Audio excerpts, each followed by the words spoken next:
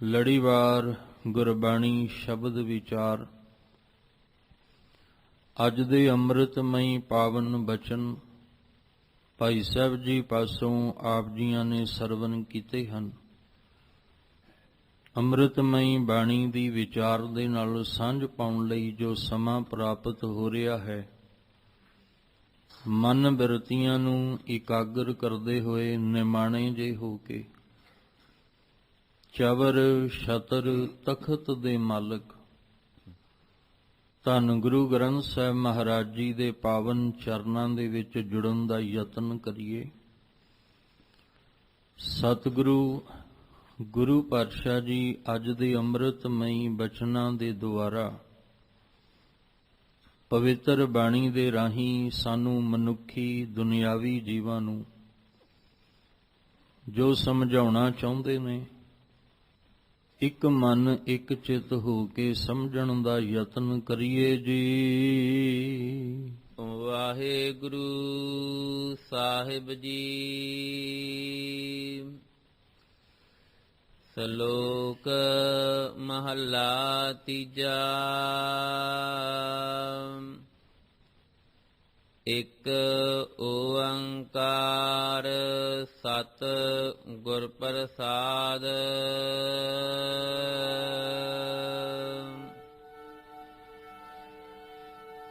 ਸਤਿਗੁਰ ਪੁਰਖ ਨਿਰਵੈਰ ਹੈ, ਨਿਤ ਹਿਰਦੈ ਹਰ ਲਿਵ ਲਾਏ।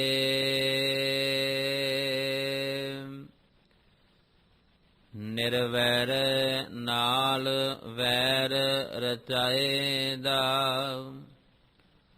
ਆਪਣੇ ਘਰ ਲੁਕੀ ਲਾਏ।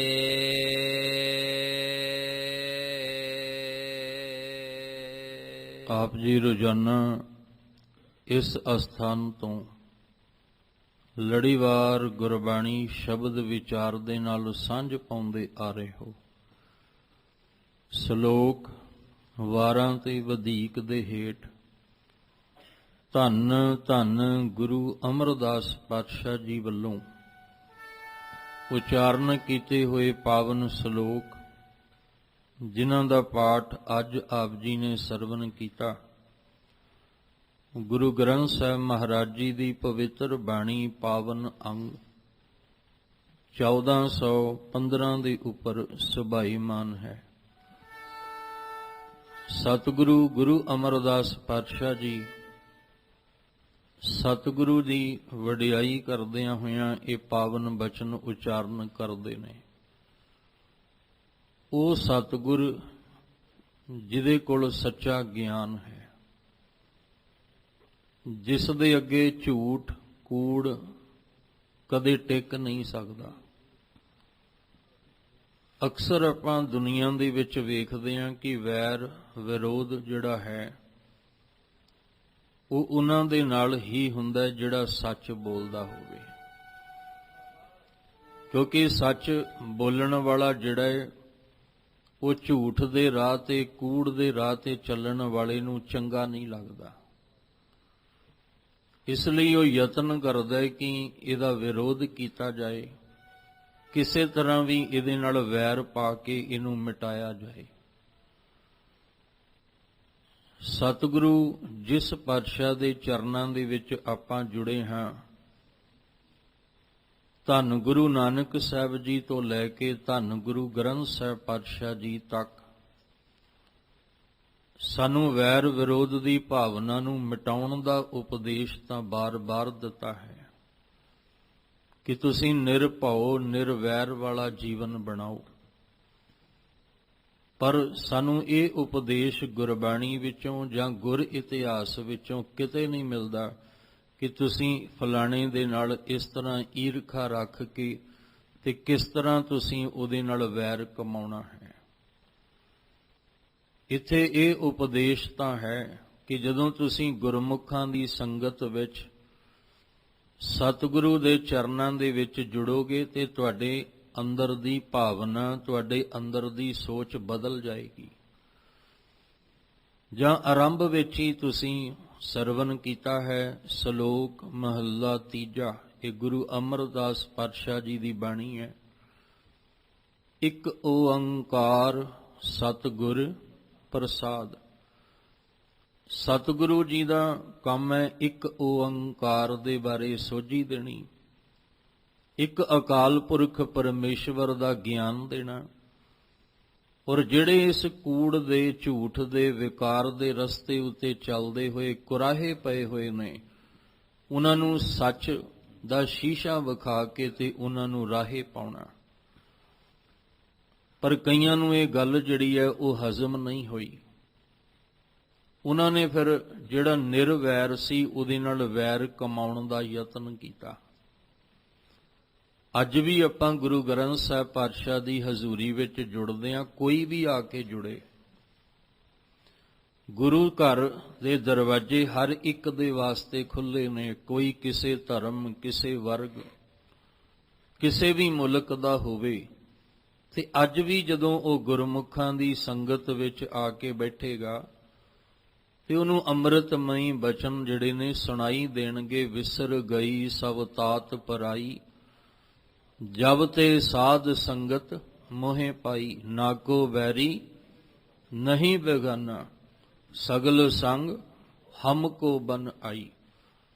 ਅੱਜ ਵੀ ਅਸੀਂ ਗੁਰੂ ਸਾਹਿਬ ਦੇ ਚਰਨਾਂ ਦੇ ਵਿੱਚ ਕੋਈ ਵੀ ਭਾਵਨਾ ਵਾਲਾ ਆਵੇ ਤੇ ਉਹਨੂੰ ਗੁਰੂ ਸਾਹਿਬ ਜੀ ਦੀ ਪਵਿੱਤਰ ਬਾਣੀ ਵਿੱਚੋਂ ਇਹੀ ਆਵਾਜ਼ ਸੁਣਾਈ ਦੇਗੀ ਕਿ ਤੂੰ ਵੈਰ ਕਮਾਉਣਾ ਕਿਹਦੇ ਨਾਲ ਹੈ,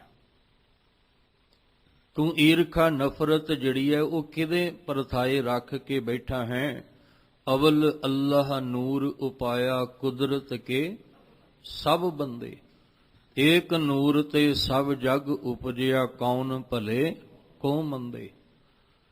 ਅੱਜ ਵੀ ਗੁਰੂ ਗ੍ਰੰਥ ਸਾਹਿਬ ਪਾਤਸ਼ਾਹ ਜੀ ਵਿੱਚ ਬਾਬਾ ਫਰੀਦ ਸਾਹਿਬ ਜੀ ਇਹ ਆਵਾਜ਼ਾਂ ਦੇ ਕੇ ਸਮਝਾਉਂਦੇ ਨੇ, ਫਰੀਦਾ ਬੁਰੇ ਦਾ ਭਲਾ ਕਰ, ਗੁੱਸਾ ਮਨ ਨਾ ਹਟਾਏ, ਜਿਹੀ ਰੋਗ ਨਾ ਲੱਗਈ ਪੱਲੇ ਸਭ ਕਿਛ ਪਾਏ।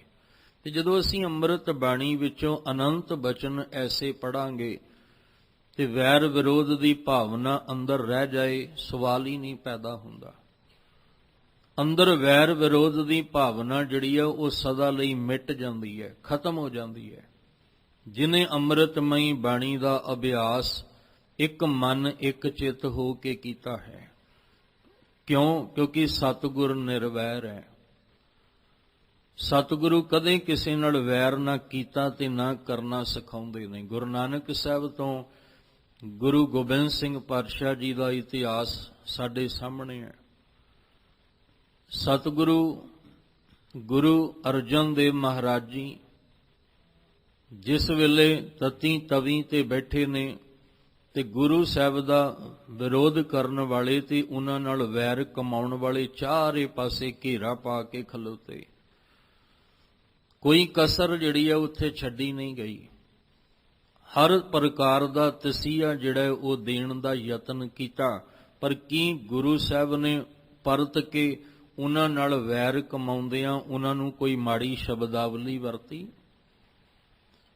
ਕੋਈ ਮਾੜਾ ਸ਼ਬਦ ਉਹਨਾਂ ਦੇ ਨਾਲ ਵੈਰ ਕਮਾਉਂਦਿਆਂ ਵਰਤਿਆ? ਨਹੀਂ।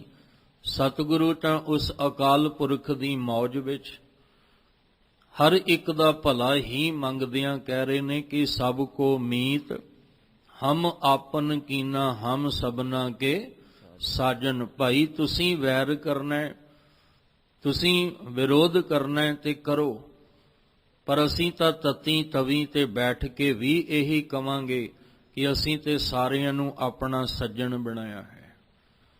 ਅਸੀਂ ਤਾਂ ਸਾਰਿਆਂ ਨੂੰ ਆਪਣਾ ਬਣਾਇਆ ਹੈ। ਕਿਉਂ ਬਣਾਇਆ? ਕਿਉਂਕਿ ਏਕ ਪਿਤਾ ਏਕਸ ਕੇ ਹਮ ਬਾਰਿਕ। ਅਸੀਂ ਸਾਰੇ ਹੀ ਇੱਕ ਪਰਮ ਪਿਤਾ ਪਰਮਾਤਮਾ ਦੇ ਪੈਦਾ ਕੀਤੇ ਹੋਏ ਜੀਵ ਹਾਂ। ਇਹ ਨਹੀਂ ਕਿ ਕਿਸੇ ਦਾ ਰੱਬ ਹੋਰ ਹੈ ਤੇ ਕਿਸੇ ਦਾ ਹੋਰ ਹੈ। ਫਿਰ ਤੇ ਆਪਾਂ ਵੈਰ ਵਿਰੋਧ ਦੀ ਭਾਵਨਾ ਰੱਖੀਏ ਵੀ ਹਾਂ ਤੈਨੂੰ ਪੈਦਾ ਕਰਨ ਵਾਲਾ ਹੋਰ ਹੈ, ਮੈਨੂੰ ਪੈਦਾ ਕਰਨ ਵਾਲਾ ਰੱਬ ਹੋਰ ਹੈ, ਜਦ ਕਿ ਉਹ ਇੱਕ ਪਰਮੇਸ਼ਵਰ ਪਿਤਾ ਦੇ ਰੂਪ ਵਿੱਚ ਪਰਮਾਤਮਾ ਇੱਕੋ ਹੀ ਹੈ। ਉਰੇ ਬਾਰ-ਬਾਰ ਗੱਲ ਗੁਰਬਾਣੀ ਵਿੱਚ ਸਾਨੂੰ ਸਮਝਾਈ ਗਈ ਹੈ। ਔਰ ਸਾਡਾ ਜਿਹੜਾ ਮੂਲ ਕੇਂਦਰ ਹੈ ਉਹ ਵੀ ਇਹੀ ਹੈ ਕਿ ਇੱਕ ਓੰਕਾਰ। ਅਸੀਂ ਆਪਣੇ ਇਸ ਮੂਲ ਤੋਂ ਨਹੀਂ ਟੁੱਟਣਾ। ਇਸ ਲਈ ਸਤਿਗੁਰੂ ਪਾਤਸ਼ਾਹ ਜੀ ਉੱਥੇ ਵੀ ਸਭਨਾਂ ਦਾ ਭਲਾ ਹੀ ਮੰਗਦੇ ਨੇ।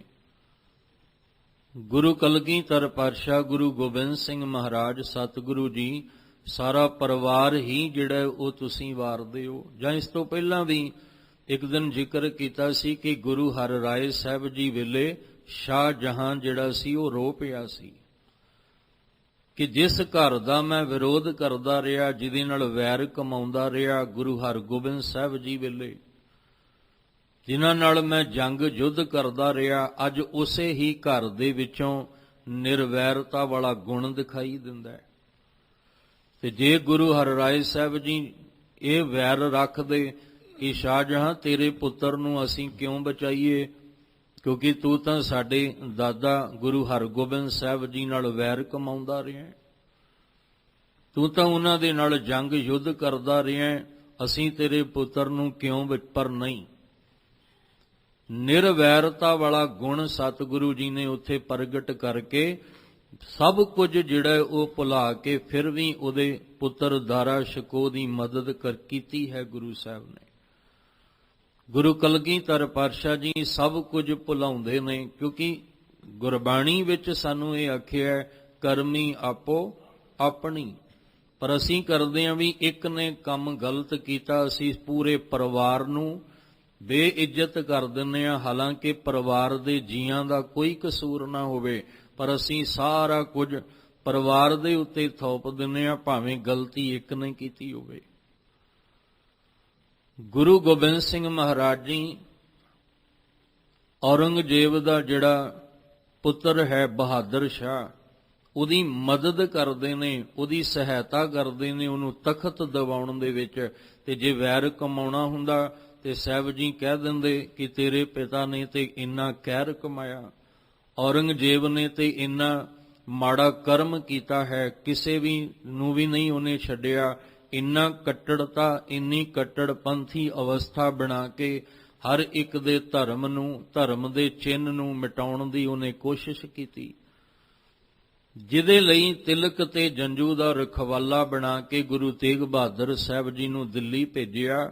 ਤੇ ਜੇ ਚਾਹੁੰਦੇ ਤਾਂ ਗੁਰੂ ਸਾਹਿਬ ਬਹਾਦਰ ਸ਼ਾਹ ਦੇ ਨਾਲ ਕਦੀ ਵੀ ਮੇਲ ਨਾ ਕਰਦੇ, ਪਰ ਸਭ ਕੁਝ ਨਿਰਵੈਰਤਾ ਦੇ ਰੂਪ ਦੇ ਵਿੱਚ ਪ੍ਰਗਟ ਕਰਦਿਆਂ ਸਤਿਗੁਰੂ ਜੀ ਨੇ ਔਰੰਗਜ਼ੇਬ ਦੇ ਪੁੱਤਰ ਬਹਾਦਰ ਸ਼ਾਹ ਦੀ ਫਿਰ ਸਤਿਗੁਰੂ ਨੇ ਮਦਦ ਕੀਤੀ ਹੈ। ਔਰ ਇਹੀ ਗੁਰਬਾਣੀ ਵਿੱਚ ਸਾਨੂੰ ਗੁਰਸਿੱਖਾਂ ਨੂੰ ਸਮਝਾਉਂਦੇ ਨੇ ਕਿ ਤੁਸੀਂ ਕੋਸ਼ਿਸ਼ ਕਰੋ ਕਿ ਬੁਰੇ ਦਾ ਭਲਾ ਹੀ ਕੀਤਾ ਜਾਏ।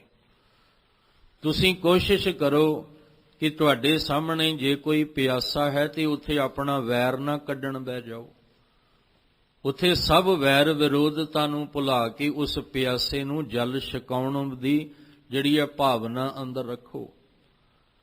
ਜੇ ਕੋਈ ਭੁੱਖਾ ਤੁਹਾਡੇ ਸਾਹਮਣੇ ਰੋ ਰਿਹਾ, ਤੜਪ ਰਿਹਾ ਹੈ, ਤੇ ਉੱਥੇ ਆਪਣਾ ਵੈਰ ਨਾ ਅੱਗੇ ਰੱਖ ਕੇ ਬਹਿ ਜਾਈਏ ਕਿ ਇਹਨੇ ਤਾਂ ਮੇਰੇ ਨਾਲ ਇਦਾਂ ਕੀਤਾ, ਇਹਦੇ ਪਰਿਵਾਰ ਨੇ ਮੇਰੇ ਨਾਲ ਇਸ ਤਰ੍ਹਾਂ ਕੀਤਾ, ਇਹ ਤਾਂ ਮੇਰੇ ਨਾਲ ਇਸ ਤਰ੍ਹਾਂ ਨਹੀਂ। ਉੱਥੇ ਜੇ ਕੋਈ ਭੁੱਖਾ ਪਿਆਸਾ ਤੜਪਦਾ ਹੈ, ਅਸੀਂ ਵੈਰ ਵਿਰੋਧ ਨੂੰ ਉੱਥੇ ਭੁਲਾ ਕੇ, ਉਸ ਬੁਰਿਆਈ ਨੂੰ ਭੁਲਾ ਕੇ ਆਪਣੇ ਚੰਗੇ ਗੁਣ ਅੱਗੇ ਰੱਖਦੇ ਹਾਂ, ਅਸੀਂ ਉਹਦੀ ਭੁੱਖ ਪਿਆਸ ਨੂੰ ਮਿਟਾਉਣਾ ਹੈ। ਜੇ ਕੋਈ ਸਾਡੇ ਸਾਹਮਣੇ ਦੁਖੀ ਤੜਪਦਾ ਪਿਆ ਤੇ ਅਸੀਂ ਉਹਦੇ ਦੁੱਖ ਨੂੰ ਵੰਡਾਉਣਾ ਹੈ, ਬਜਾਏ ਕਿ ਆਪਣੇ ਅੰਦਰ ਵੈਰ ਪਾਲ ਕੇ, ਈਰਖਾ ਪਾਲ ਕੇ ਅਸੀਂ ਉਹਦੇ ਦੁੱਖ ਨੂੰ ਹੋਰ ਵਧਾਉਣ ਦਾ ਯਤਨ ਕਰੀਏ। ਨਹੀਂ, ਸਾਨੂੰ ਗੁਰੂ ਸਾਹਿਬ ਇਹ ਸਿੱਖਿਆ ਨਹੀਂ ਦਿੰਦੇ। ਸਾਨੂੰ ਤਾਂ ਕਹਿੰਦੇ ਮੈਂ ਇੱਕ ਕਨ੍ਹਈਆ ਨਹੀਂ, ਮੈਂ ਤੇ ਕਈ ਭਾਈ ਕਨ੍ਹਈਏ ਦੇ ਰੂਪ ਵਿੱਚ ਵੇਖਣਾ ਚਾਹੁੰਦਾ। ਮੈਨੂੰ ਹਰ ਗੁਰੂ ਕਾ ਸਿੱਖ ਭਾਈ ਕਨ੍ਹਈਆ ਦੇ ਰੂਪ ਵਿੱਚ ਨਜ਼ਰ ਆਉਣਾ ਚਾਹੀਦਾ ਹੈ ਕਿ ਜਿਹੜਾ ਦੁਸ਼ਮਣ ਨੂੰ ਵੀ ਪਾਣੀ ਪਿਆਉਂਦਾ ਹੈ ਤੇ ਉੱਥੇ ਵੀ ਉਹਨੂੰ ਆਪਣਾ ਹੀ ਨਜ਼ਰ ਆਉਂਦਾ ਹੈ। ਪਰ ਇਹ ਗੱਲ ਬੜੀ ਕਹਿਣੀ ਸੌਖੀ ਹੈ, ਪਰ ਇਸ ਅਵਸਥਾ ਨੂੰ ਬਣਾਉਣਾ ਬੜਾ ਔਖਾ ਹੈ, ਕਿਉਂਕਿ ਕਈ ਗੱਲਾਂ ਹੁੰਦੀਆਂ ਨੇ ਜਿਹੜੀਆਂ ਕਹਿਣ ਵਿੱਚ ਬੜੀਆਂ ਆਸਾਨ ਹੁੰਦੀਆਂ ਨੇ, ਸੁਣਨ ਵਿੱਚ ਵੀ ਬੜੀਆਂ ਸੌਖੀਆਂ, ਪਰ ਉਹਨੂੰ ਅਮਲ ਕਰਨ ਦੇ ਵਿੱਚ ਬੜੀ ਮੁਸ਼ਕਲ ਆਉਂਦੀ ਹੈ।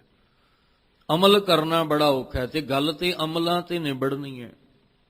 ਜਿੰਨਾ ਅਸੀਂ ਅਮਲ ਕਰਾਂਗੇ, ਗੁਰਬਾਣੀ ਤਾਂ ਅਸੀਂ ਨਿਤ ਸੁਣ ਰਹੇ ਹਾਂ, ਪੜ੍ਹ ਰਹੇ ਹਾਂ, ਪਰ ਗੱਲ ਤੇ ਇਹ ਵੀ ਇਹਦੇ ਤੇ ਅਮਲ ਅਸੀਂ ਕਿੰਨਾ ਕੁ ਕਰ ਰਹੇ ਹਾਂ। ਜੇ ਅਮਲ ਕਰਾਂਗੇ ਤਾਂ ਗੁਰਬਾਣੀ ਦੇ ਆਧਾਰ ਤੇ ਆਪਣੇ ਜੀਵਨ ਨੂੰ ਢਾਲ ਕੇ ਅਸੀਂ ਆਪਣਾ ਜਨਮ ਸਵਾਰ ਸਕਦੇ ਹਾਂ।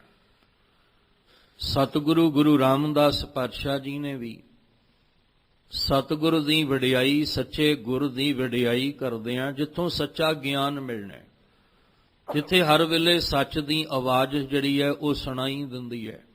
ਭਾਵੇਂ ਕੋਈ ਮਾੜਾ ਆ ਜਾਏ, ਚੰਗਾ ਆ ਜਾਏ, ਭਾਵੇਂ ਕੋਈ ਬਾਬਰ ਵਰਗਾ ਚੜ੍ਹ ਕੇ ਆ ਜਾਏ, ਭਾਵੇਂ ਹਿਮਾਯੂ ਵਰਗਾ ਆ ਜਾਏ, ਭਾਵੇਂ ਅਕਬਰ ਵਰਗਾ ਆ ਜਾਏ, ਜਹਾਂਗੀਰ ਵਰਗਾ, ਸ਼ਾਹਜਹਾਂ ਵਰਗਾ ਆ ਜਾਏ, ਤੇ ਭਾਵੇਂ ਔਰੰਗਜ਼ੇਬ ਵਰਗਾ ਜਿਹੜਾ ਆ ਜਾਏ, ਜ਼ਕਰੀਆ ਖਾਂ ਵਰਗਾ ਆ ਜਾਏ, ਜਿੰਨੇ ਵੀ ਇਹ ਜਸਪਤ, ਲਖਪਤ ਰਾਏ ਵਰਗੇ ਜਿਹੜੇ ਨੇ, ਇਹਨਾਂ ਤੋਂ ਇਲਾਵਾ ਅੱਜ ਤੱਕ ਜਿੰਨੇ ਵੀ ਸੰਸਾਰ ਦੇ ਵਿੱਚ ਆਏ ਨੇ, ਸਤਿਗੁਰੂ ਪਾਤਸ਼ਾਹ ਜੀ ਤਾਂ ਇੱਕੋ ਗੱਲ ਕਹਿੰਦੇ ਆ ਕਿ ਜਿੰਨੇ ਮਰਜ਼ੀ ਕੋਈ ਮਨ 'ਚ ਈਰਖਾ ਰੱਖ ਕੇ, ਵੈਰ ਵਿਰੋਧ ਦੀ ਭਾਵਨਾ ਰੱਖ ਕੇ ਚੜ੍ਹ ਕੇ ਆਉਣ, ਪਰ ਗੁਰੂ ਕੇ ਸਿੱਖਾ, ਠੀਕ ਹੈ ਜੰਗ ਯੁੱਧ ਕਰਨਾ ਜ਼ਰੂਰ ਹੈ, ਉਹਨਾਂ ਨੂੰ ਸਿਪਾਹੀ ਬਣ ਕੇ ਜਵਾਬ ਜ਼ਰੂਰ ਦੇਣਾ ਜਿਹੜਾ ਹੰਕਾਰ ਤੇ ਚੜ੍ਹ ਕੇ ਆਇਆ, ਪਰ ਫਿਰ ਵੀ ਤੂੰ ਅਰਦਾਸ ਜਦੋਂ ਕਰਨੀ ਹੈ ਤੇ ਸਰਬੱਤ ਦੇ ਭਲੇ ਦੀ ਹੀ ਕਰਨੀ ਹੈ।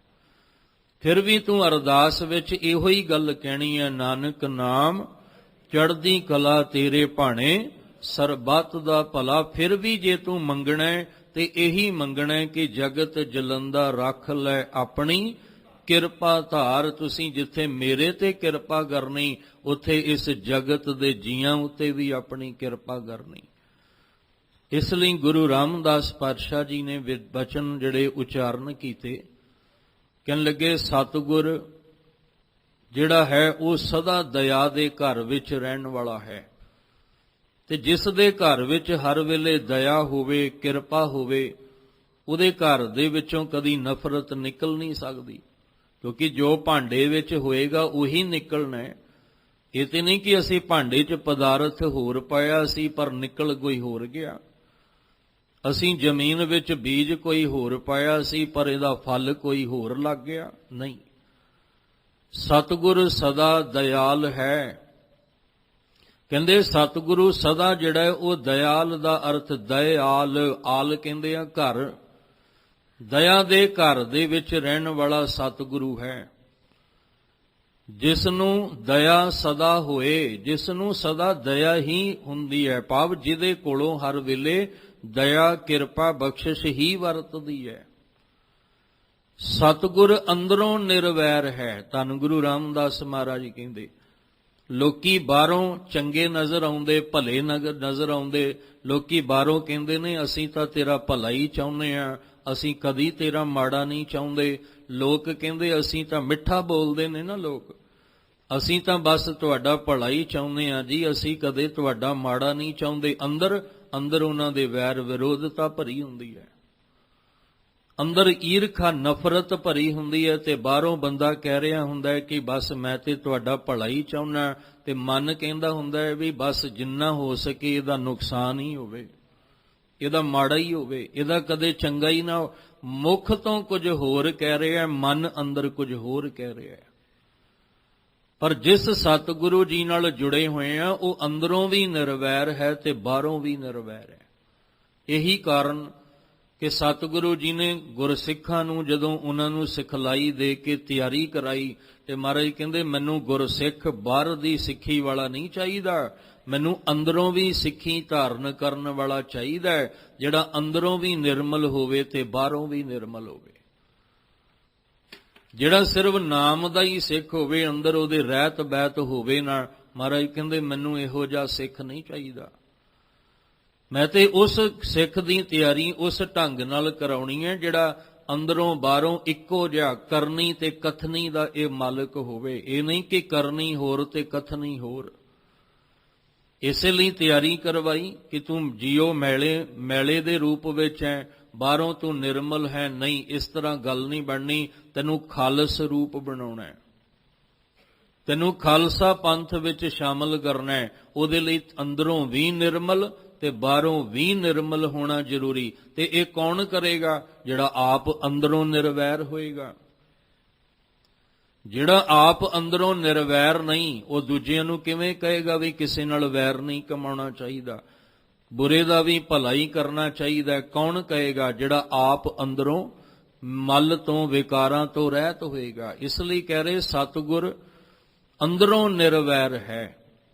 ਸਭ ਦੇਖੈ ਬ੍ਰਹਮ ਇੱਕ ਸੋਏ। ਧੰਨ ਗੁਰੂ ਰਾਮਦਾਸ ਜੀ ਕਹਿ ਰਹੇ ਨੇ, ਕਹਿੰਦੇ ਸਤਿਗੁਰੂ ਅੰਦਰੋਂ ਨਿਰਵੈਰ ਹੈ। ਸਭ ਦੇਖੈ, ਉਹ ਸਾਰਿਆਂ ਨੂੰ, ਜਿਹੜੇ ਅਮੀਰ ਗਰੀਬ, ਵੱਡਾ ਛੋਟਾ, ਬਾਹਰ ਦੀ ਵੰਡ ਜਿਹੜੀ ਅਸੀਂ ਕੀਤੀ ਹੋਈ ਹੈ, ਭਾਵੇਂ ਕੋਈ ਕਿਸੇ ਧਰਮ ਵਰਗ ਦਾ ਹੈ, ਸਤਿਗੁਰੂ ਸਾਰਿਆਂ ਨੂੰ ਇੱਕ ਬਰਾਬਰ ਦੇਖ ਰਹੇ ਨੇ। ਤੇ ਕੀ ਦੇਖ ਰਹੇ ਨੇ? ਸਭ ਦੇਖੈ ਬ੍ਰਹਮ ਇੱਕ ਸੋਏ, ਕਿ ਸਭਨਾਂ ਦੇ ਵਿੱਚ ਇੱਕ ਬ੍ਰਹਮ। ਬ੍ਰਹਮ ਦਾ ਅਰਥ ਹੈ ਇਹ ਬ੍ਰਹਿਮੰਡ ਦੀ ਰਚਨਾ ਕਰਨ ਵਾਲਾ ਪਰਮੇਸ਼ਵਰ, ਜਿਹਨੂੰ ਆਪਾਂ ਇਸ ਤਰ੍ਹਾਂ ਪੜ੍ਹਦੇ ਹਾਂ ਕਿ ਸਭ ਮੈਂ ਜੋਤ, ਜੋਤ ਹੈ ਸੋਏ ਤਿਸ ਦਾ ਚਾਨਣ, ਸਭ ਮੈਂ ਚਾਨਣ ਹੋਏ। ਸਤਿਗੁਰੂ ਅੰਦਰੋਂ ਨਿਰਵੈਰ ਹੈ।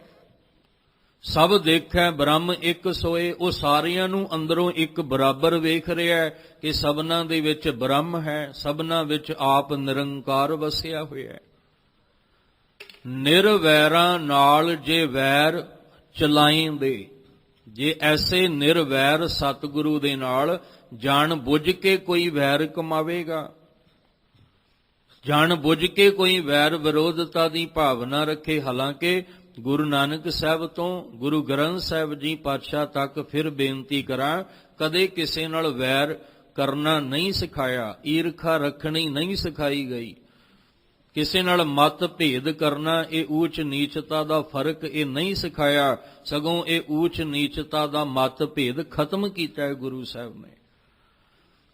ਹੁਣ ਜੇ ਜਹਾਂਗੀਰ ਤੇ ਗੁਰੂ ਅਰਜਨ ਦੇ ਪਾਤਸ਼ਾਹ ਜੀ ਵੱਲ ਵੇਖਾਂਗੇ ਤੇ ਗੁਰੂ ਅਰਜਨ ਦੇ ਪਾਤਸ਼ਾਹ ਨੇ ਕਿਹੜਾ ਬੁਰਾ ਕੀਤਾ ਜਹਾਂਗੀਰ ਦਾ? ਪਰ ਫਿਰ ਵੀ ਜਿਹੜੇ ਆਸ-ਪਾਸ ਦੇ ਜਿਹੜੇ ਪੁਲੰਦੇ ਨੇ, ਉਹ ਜਹਾਂਗੀਰ ਦੇ ਕੰਨ ਐਸੇ ਭਰਦੇ ਨੇ ਕਿ ਉਹ ਵੈਰ ਕਮਾਉਣ ਤੇ ਮਜਬੂਰ ਹੋ ਜਾਂਦਾ ਹੈ। ਜੇ ਸ਼ਾਹਜਹਾਂ ਵੱਲ ਵੇਖਾਂਗੇ ਤੇ ਗੁਰੂ ਹਰਗੋਬਿੰਦ ਸਾਹਿਬ ਨੇ ਸ਼ਾਹਜਹਾਂ ਦਾ ਕੀ ਵਿਗਾੜਿਆ?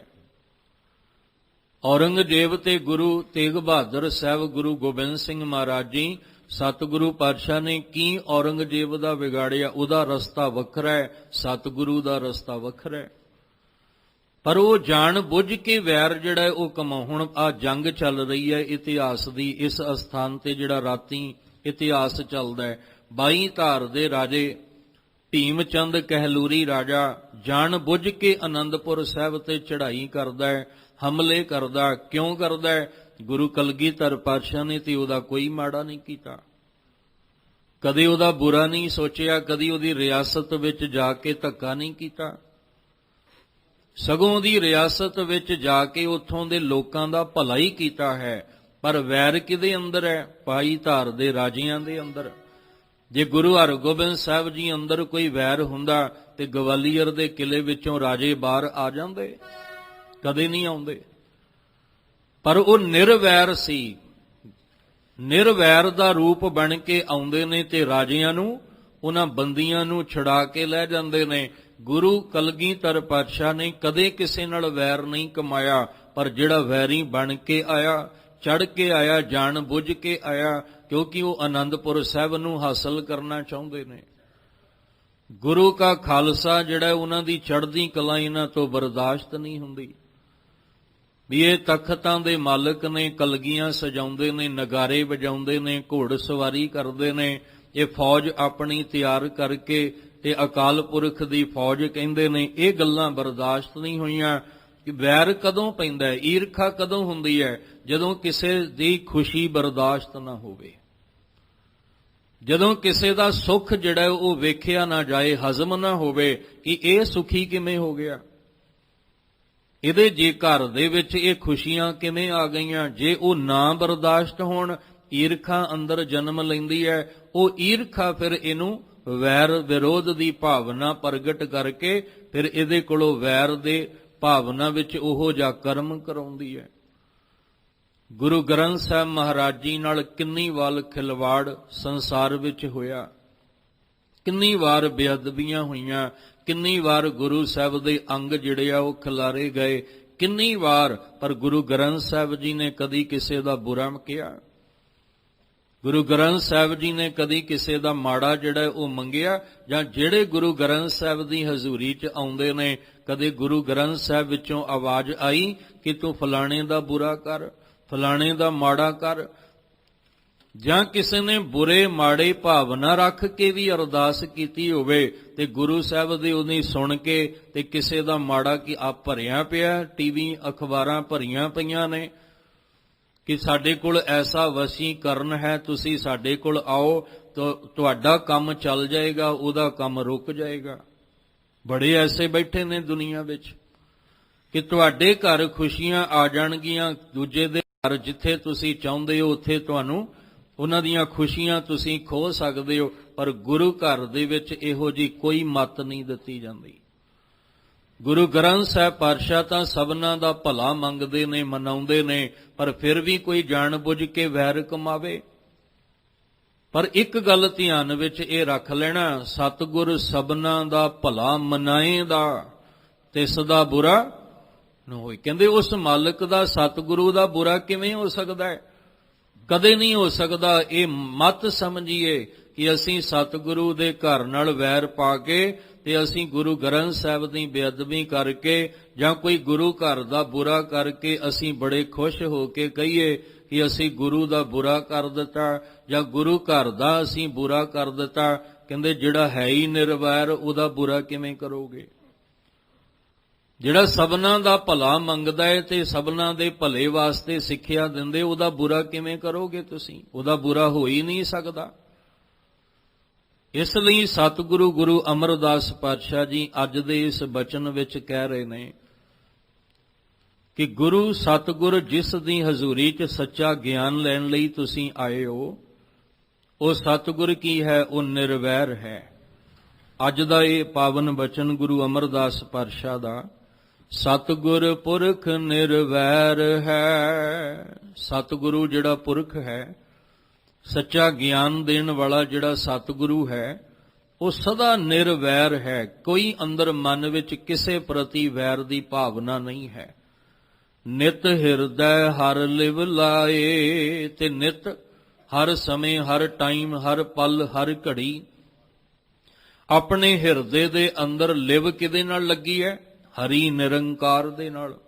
ਸੁਰਤ ਕਿਹਦੇ ਨਾਲ ਜੁੜੀ ਹੈ? ਨਿਰੰਕਾਰ ਦੇ ਨਾਲ। ਜੋ ਇੱਕ ਵਾਰੀ ਬੇਨਤੀ ਕੀਤੀ ਸੀ, ਜਿਹੜਾ ਜਿਹਦੇ ਨਾਲ ਜੁੜਿਆ ਹੋਏਗਾ ਉਹਨੇ ਉਹਦੇ ਨਾਲ ਹੀ ਤੁਹਾਨੂੰ ਜੋੜਨਾ ਹੈ। ਜਿਹੜਾ ਮੜੀ ਨਾਲ ਜੁੜਿਆ ਉਹਨੇ ਮੜੀ ਨਾਲ ਜੋੜਨਾ, ਜਿਹੜਾ ਦੇਹਧਾਰੀ ਨਾਲ ਜੁੜਿਆ ਉਹਨੇ ਉਹਦੇ ਨਾਲ ਜੋੜਨਾ, ਜਿਹੜਾ ਨਸ਼ਿਆਂ ਵਾਲੇ ਪਾਸੇ ਤੁਰਿਆ ਤੁਹਾਨੂੰ ਉਹਨੇ ਉਹਦੇ ਨਾਲ ਜੋੜਨਾ, ਜਿਹਨੇ ਖੰਡੇ ਪਾਟੇ ਦੀ ਪਹੁਲ ਅੰਮ੍ਰਿਤ ਦੀ ਦਾਤ ਲਈ ਉਹਨੇ ਅੰਮ੍ਰਿਤ ਵਾਲੇ ਪਾਸੇ ਨੂੰ ਤੋਰਨਾ। ਭਾਵ ਜਿਹੜਾ ਜਿਸ ਪਾਸੇ ਜੁੜਿਆ ਉਹਦੀ ਕੋਸ਼ਿਸ਼ ਹੈ ਕਿ ਮੈਂ ਹੋਰਾਂ ਨੂੰ ਵੀ ਉਸ ਪਾਸੇ ਜੋੜਾਂ। ਹੁਣ ਸਤਿਗੁਰੂ ਦੀ ਸੁਰਤ ਨਿਰੰਕਾਰ ਨਾਲ ਜੁੜੀ ਹੈ, ਤੇ ਜੇ ਅਸੀਂ ਸਤਿਗੁਰੂ ਨਾਲ ਜੁੜਾਂਗੇ ਤੇ ਸਤਿਗੁਰੂ ਕਿਹਦੇ ਨਾਲ ਜੋੜਨਗੇ? ਸਾਡੀ ਸੁਰਤ ਨੂੰ ਨਿਰੰਕਾਰ ਨਾਲ ਜੋੜਨਗੇ। ਇਹ ਧੁਰ ਕੀ ਬਾਣੀ ਹੈ। ਜੇ ਧੁਰ ਕੀ ਬਾਣੀ ਨਾਲ ਜੁੜਾਂਗੇ ਤੇ ਕਿਹਦੇ ਨਾਲ ਜੁੜਾਂਗੇ? ਧੁਰ ਨਾਲ ਜੁੜਾਂਗੇ, ਧੁਰੇ ਨਾਲ ਜੁੜਾਂਗੇ, ਕਿਉਂਕਿ ਅਸੀਂ ਧੁਰੇ ਨਾਲੋਂ ਆਪਣੀ ਸਾਂਝ ਤੋੜ ਲਈ। ਤਾਂ ਹੀ ਤੇ ਦੁੱਖਾਂ ਦੀ ਚੱਕੀ ਵਿੱਚ ਪੀਸੇ ਜਾ ਰਹੇ ਹਾਂ ਨਿਤ। ਜੇ ਧੁਰੇ ਨਾਲ ਜੁੜੇ ਹੁੰਦੇ ਤਾਂ ਇਹ ਦੁੱਖਾਂ ਦੀ ਚੱਕੀ ਵਿੱਚ ਕਦੇ ਪੀਸੇ ਹੀ ਨਹੀਂ ਸੀ ਜਾਣਾ। ਅੱਜ ਵੀ ਤੁਸੀਂ ਵੇਖੋ, ਦੋ ਪੁੜਾਂ ਨੂੰ ਜੋੜ ਕੇ ਚੱਕੀ ਜਦੋਂ ਚੱਲਦੀ ਹੈ, ਘੁੰਮਦੀ ਹੈ, ਤੇ ਜਿਹੜੇ ਦਾਣੇ ਉਹਦੇ ਪੁੜਾਂ ਵਿੱਚ ਆ ਜਾਣ ਉਹ ਪੀਸੇ ਜਾਂਦੇ, ਤੇ ਜਿਹੜੇ ਉਹਦੀ ਕਿੱਲੀ ਨਾਲ ਲੱਗ ਜਾਣ ਉਹ ਕਦੇ ਪੀਸੇ ਨਹੀਂ ਜਾਂਦੇ। ਇਹ ਧੁਰ ਕੀ ਬਾਣੀ ਹੈ ਜਿਹੜੀ ਸਾਨੂੰ ਧੁਰ ਨਾਲ ਜੋੜਦੀ, ਧੁਰੇ ਨਾਲ। ਤੇ ਜਿਹੜਾ ਬਾਣੀ ਨਾਲ ਜੁੜ ਗਿਆ ਉਹ ਧੁਰੇ ਨਾਲ ਜੁੜ ਗਿਆ, ਤੇ ਜਿਹੜਾ ਧੁਰ ਨਾਲ ਜੁੜ ਗਿਆ ਉਹ ਕਦੇ ਦੁੱਖਾਂ ਵਿੱਚ ਪੀਸਿਆ ਹੀ ਨਹੀਂ ਜਾਂਦਾ। ਇਸ ਲਈ ਸਤਿਗੁਰ ਕੀ ਹੈ? ਸਤਿਗੁਰ ਸਦਾ ਨਿਰਵੈਰ ਦੇ ਰੂਪ ਵਿੱਚ ਹੈ। ਨਿਤ ਹਿਰਦੈ ਹਰ ਲਿਵ ਲਾਏ, ਉਹ ਸਦਾ ਆਪਣੇ ਹਿਰਦੇ ਵਿੱਚ ਇੱਕ ਹਰੀ ਦੀ ਲਿਵ ਨੂੰ ਲਾਉਣ ਵਾਲਾ ਸਰੂਪ ਹੈ ਸਤਿਗੁਰੂ ਦਾ, ਜਿਨ੍ਹਾਂ ਦੇ ਚਰਨਾਂ ਵਿੱਚ ਆ ਕੇ ਆਪਾਂ ਜੁੜਦੇ ਹਾਂ। ਨਿਰਵੈਰ ਨਾਲ ਵੈਰ ਰਚਾਏਦਾ, ਆਪਣੇ ਘਰ ਲੂਕੀ ਲਾਏ।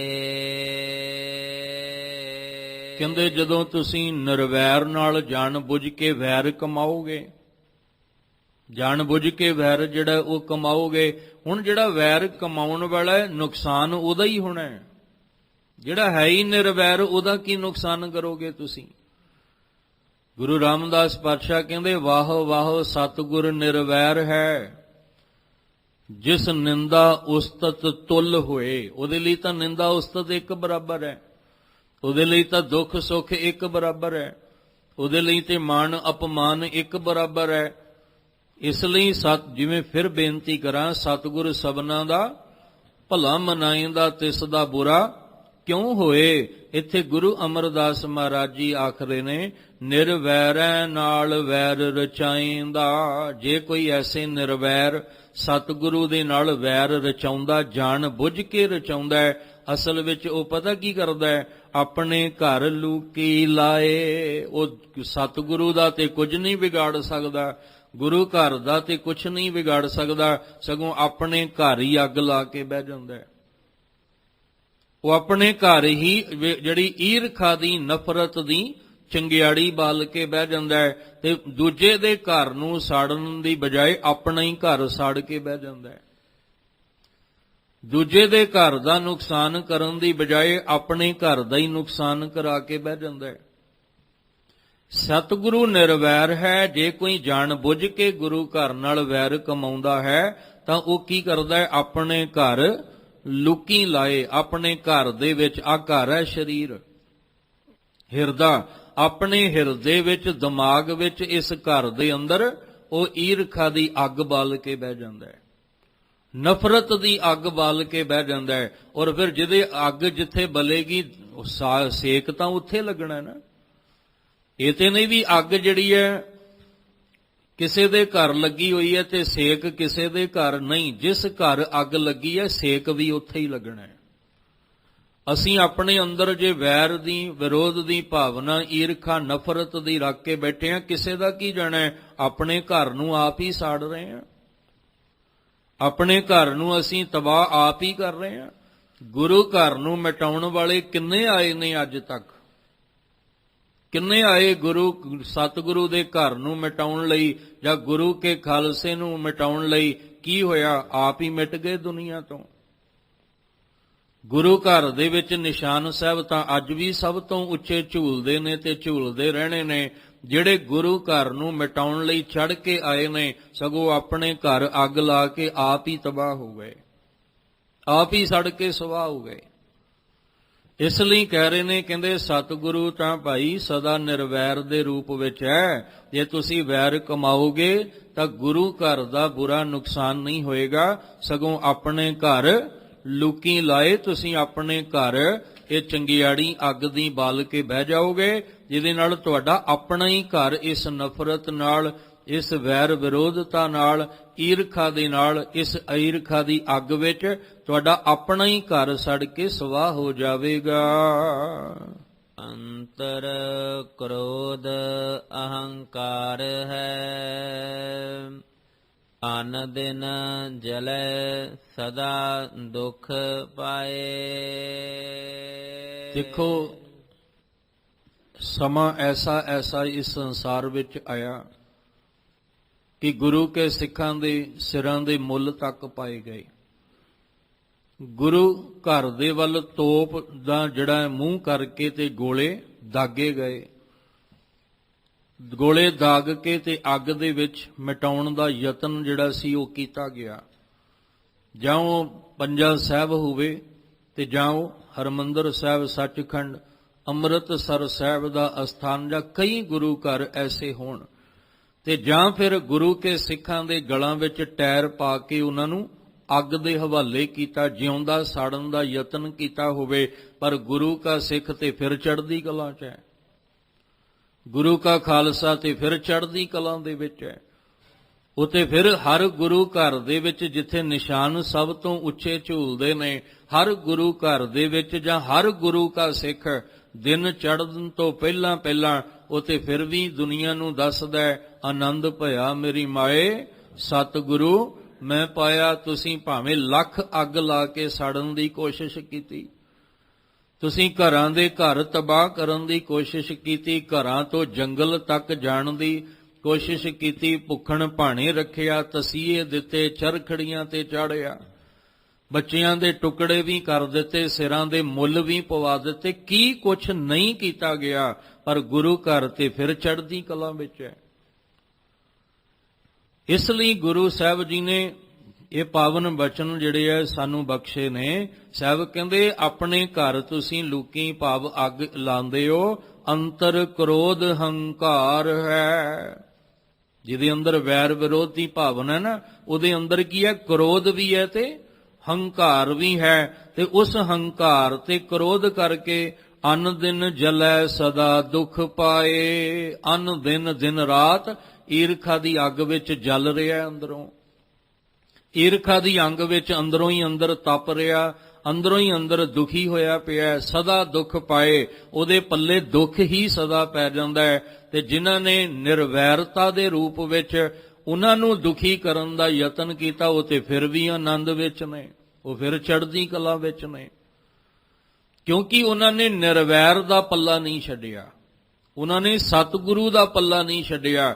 ਤੇ ਜਿਨ੍ਹਾਂ ਨੇ ਜਾਣ ਬੁੱਝ ਕੇ ਵੈਰ ਕਮਾਇਆ, ਹੰਕਾਰ ਵਿੱਚ ਕ੍ਰੋਧ ਵਿੱਚ ਆ ਕੇ, ਸਾਹਿਬ ਕਹਿੰਦੇ ਹੋਇਆ ਕਿ ਉਹ ਜਿਹੜੇ ਵੈਰ ਕਮਾਉਣ ਵਾਲੇ ਸਨ, ਜਿਨ੍ਹਾਂ ਦੇ ਅੰਦਰ ਕ੍ਰੋਧ ਤੇ ਹੰਕਾਰ ਸੀ, ਉਹ ਅਨ ਦਿਨ ਜਲਦੇ ਨਜ਼ਰ ਆਉਣਗੇ, ਸੜਦੇ ਨਜ਼ਰ ਆਉਣਗੇ, ਔਰ ਸਦਾ ਦੁੱਖ ਪਾਏ। ਉਹਨਾਂ ਦੀ ਜ਼ਿੰਦਗੀ ਵਿੱਚ ਸਦਾ ਦੁੱਖ ਹੀ ਜਿਹੜਾ ਉਹ ਪਿਆ ਰਹਿੰਦਾ ਹੈ। ਕੂੜ ਬੋਲ ਬੋਲ ਨਿਤ ਭੌਂਕਦੇ, ਬਿਖ ਖਾਦੇ ਦੂਜੇ ਪਾਏ। ਸਭ ਕਹਿੰਦੇ ਬਿਖ ਖਾਦੇ, ਬਿਖ ਦਾ ਅਰਥ ਹੁੰਦਾ ਜ਼ਹਿਰ, ਮਾਇਆ ਦੀ ਜ਼ਹਿਰ।